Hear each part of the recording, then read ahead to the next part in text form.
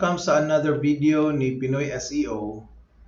So atong pagaisgutan karon kay about ni siya sa technical SEO no. So lahi na pud na concept sa nga part sa technical SEO which is actually part sa on-page SEO no. Magtan-aw ka sa atong stages diri sa website. Mo ni siya part siya diri sa on-page SEO. So daghan kaayo usay malibog ano nga ang asa ang technical SEO. Mostly ang technical SEO mahitabo gyud sa sulod sa imong website. So it's on-page. So atong topic karon kay about sa robots. Robots.txt ug unsa na siya, unsay importance ana niya. So naay ginatawag nga robots.txt no. File na siya sulod sa imong website nga mohatag og mga directives or instructions para sa mga bots. Ang kaning mga bots, for example, ang Google, naa siya ginatawag nga bots nga mo na siya ang kibali murag mo check sa imong site. Mura siya program nga mo check sa imong site. Dahil ang una niya tan-awon kay ang imong robots. Naay mga directive dito unsa iyang pwede ra masudlan sa imong website. Akong explain. So kung moadto ka sa moanhi ka diri robots.txt, diri makita atong file no sa robots. Ako ra nang ma-explain later asa na siya sa imong website. So kani example sa atong website pinoyseo.ph/robots.txt. So mo ni siyang robots no nga directive na to. Mo ni siya no at diri makita ang atong robots pinoyseo.ph/robots.txt. So kani nga mga instruction ng sulod ani mo ni maghatag og direction para sa mga robots like Google bots, like Yahoo bots, like Bing bots or lain-lain pa nga mga robots nga mosulod sa imong website. Unsa ilang pwede ra nila masulod, unsa ilang bawal sila dira. So ang basic nga format sa robots kay inani no, naa siya kani comment ni siya. Na inani user agent. Diri ma-declare ang para ni kakinsa ang kaning para kang kinsa ning instruction. So sige lang maghatag ko mga examples later. Pero sa atong website ang pasabot ani user agent asterisk, meaning sa asterisk tanan bots. So ang tanan bots, pag ang yang next line is disallow, kung walay anything na naka-follow aning disallow, that means nga ang user agent tanan bots disallow wala, pwede siya kasulod sa any part sa akong website. No? So mo na siya ang significance niya. Karon maghatag og mga examples sa unsay lain-lain nga usage ani. So iya pong gi-declare diri ang sitemap sa imong robots para diretso na pagsulod sa bot, iyang i-check ang robots.txt. Pwede di ko example si Google bot, sulod siya sa akong website adto siya sa robots. Pagtanaw niya user agent asterisk, meaning appeal siya si Google bot, disallow nothing. So pwede siya kasulod bisag unsa nga part sa akong website. Makita pud niya ang sitemap. Diri di ang sitemap niya. So dito din siya mo hinahinay dig sulod. Iyang usa-usahon dito ang mga sulod. So kung imong tanaw ng sitemap nato, inani siya. So musulod si bot diri, iyang usa-usahon ni check. Once ma-check niya, makita niya ang iya din i-report dito sa Google, sa search engine nga mao ni iyang pages, mao ni ang iyang elements sulod sa website. So diha na din mo after dayon pag humanyag crawl, once nakuha na niyang instruction nga pwede siya kasulod bisag asa, ang sitemap dayon iyang adtuon. Kani ang sitemap iya din usa-usahon, post page, kung ako nang i-click naatay mga sitemap sa akong mga blog, balik ta kani sa akong pages nga available nako So iya din ang ipang-check dayon. Then iya din i-report kang Google nga mao ni ang mga elements, mao ni ang pages, mao ni ang post, mao ni ang mga images niya, mao ni ang video niya, inaani pagka-optimize ang iyahang webpage. Dira dayon musulod ang evaluation sa Google. Iyang evaluate unsa na imong page, then aya din mosulod tong ranking dayon, mga ranking factors na dayon. So important kay ning XML sitemap o robots, crawlability sa imong website. Kung dili nimo tagaag directive ang Google, malimitahan siya, dili siya kabalo asa mo adto. So by default, okay ra nga walay robots ang website. Pero mas nindot if naka-define unsa ilang pwede mabuhat. Karon maghatag og example sa lain-lain bots. Nata diri no sa akong gi-search Google robots then sa image search. So mo ni mga example. Sa pagkani user agent Fidjera disallow siya sa tanan. Ang pasabot na ni user agent kani nga bot coming from Fidjera disallow basta inani kay slash lang, meaning ana disallow niya tanan. Ana user agent magpie crawler disallow tanan. So karon ako i-explain unsa ning tanan, unsa ning mga sulod ani. Kung moadto ko sa akong Pinoy SEO nga hosting, naay area didto nga makita ang mga files gyud. Mao na ni siya ang mga files gyud sulod sa pinoyseo.ph nga website. So makakita kag folders, kita kag mga PHP files, makita kag kani robots.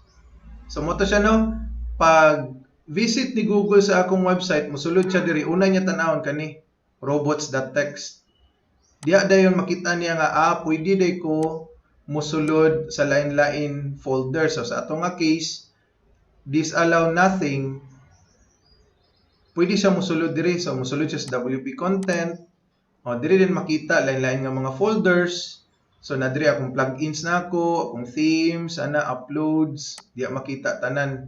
So includes, napoy mga includes mga CSS nako, mga lain-lain nga folders. Now, ay lang mo kalibog basic na nga installation sa WordPress no. Kung mag-install ka, inani gyud iyang mga file format, inani ang mga files nga naa sa sulod sa iyaha, lang. And even ang kaning robots.txt, ang ga-generate ani no kay ang ang used nga plugin nato. Ako rang explain niya unsaon pag-generate ani. Pero mobalik ta diri, for example kani nga bot or nga robots.txt, user agent sa tanan user, meaning sa tanan bots, disallow nako ang /search. So kani nga folder, kung natay /search dire, dili siya pwede mosulod. So kana dili disallow siya sa search, pero gi-allow niya ang search about. So mo na naka-folder man siya, mo nang example WP content, sulod ka. Example, kung search ni, dili siya pwede kasulod sa search, dili niya pwede ni ma-explore. Pero pwede niya ma-explore, allow ang about. Example, kung about ni, kaning themes, pwede niya ma-explore diri. So, bawal siya mosulod sa search, pero pwede siya sa about.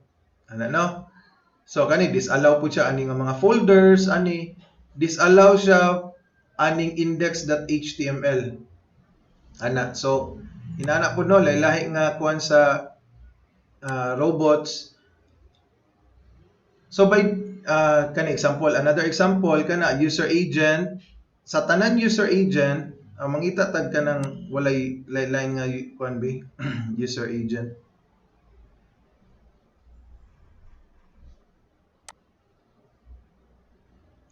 Tanan man mangita tag lain-lain.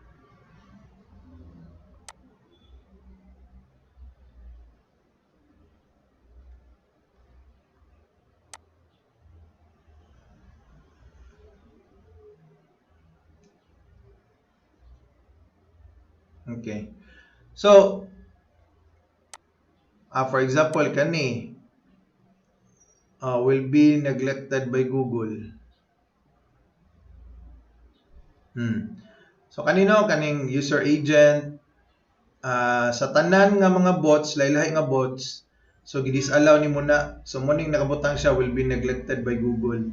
User agent ang Google bot napog kay extra nga gi-disallow para sa iyaha. So sa kani nga robots.txt imo siyang gi-disallow ani si GI bin nga mga files diri sulod.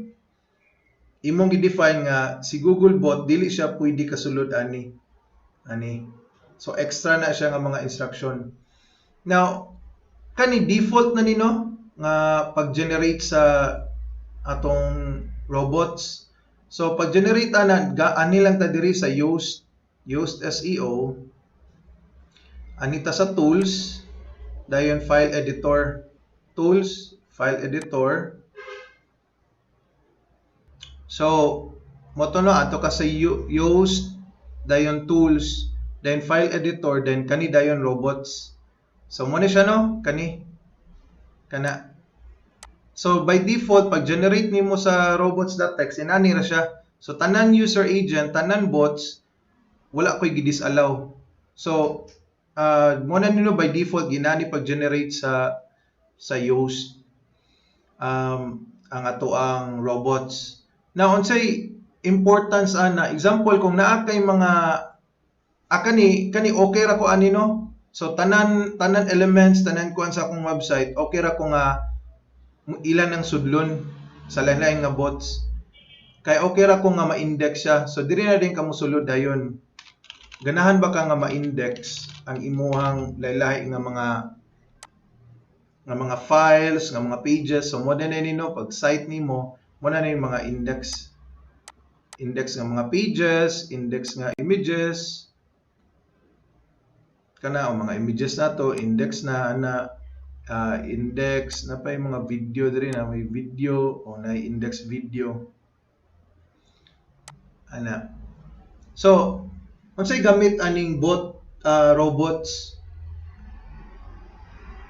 kung mag-block ka. So kung mag-block ka og mga kuan, you're telling Google or other bots nga dili ka bawal ka mosulod diri, ayon ni hilabti nga folder. Example kani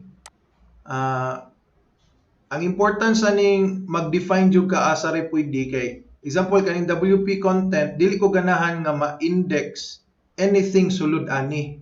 Example, it contains kanang mga confidential information nga di na ko ganahan nga mugawas diri sa search. Akong i-define diri nga WP content, example diri mag-disallow kog /WP content ana. Example diri ako ibutang disallow /WP content ana.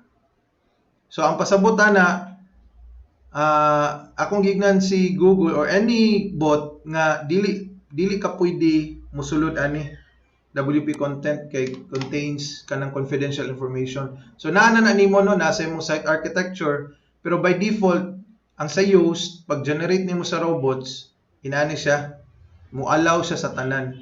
And ako I'm okay with it. Kani tanan mga kuan iyang i-check ana wala koy mga anything na dili ganahan ipa-index no. So mo nang okay ra index sa tanan ani atong mga kuan ana. So I hope klaro no. Inauta nga kanang nakatabang ni very important gyud ang robots sa SEO. So dira jud nganong crucial siya kay dira magbase si Google or any search engine unsa ray ipang crawl sa imong website o unsa ipang index. So kung ganahan ka mo rank ani nga page or ani nga kuan ani nga keyword, then naka-block dai sa imong robots, then wala di chance nga mo rank na siya no or ma-index man gani. So mo na siya important sa robots. So kana lang, thank you for watching this video.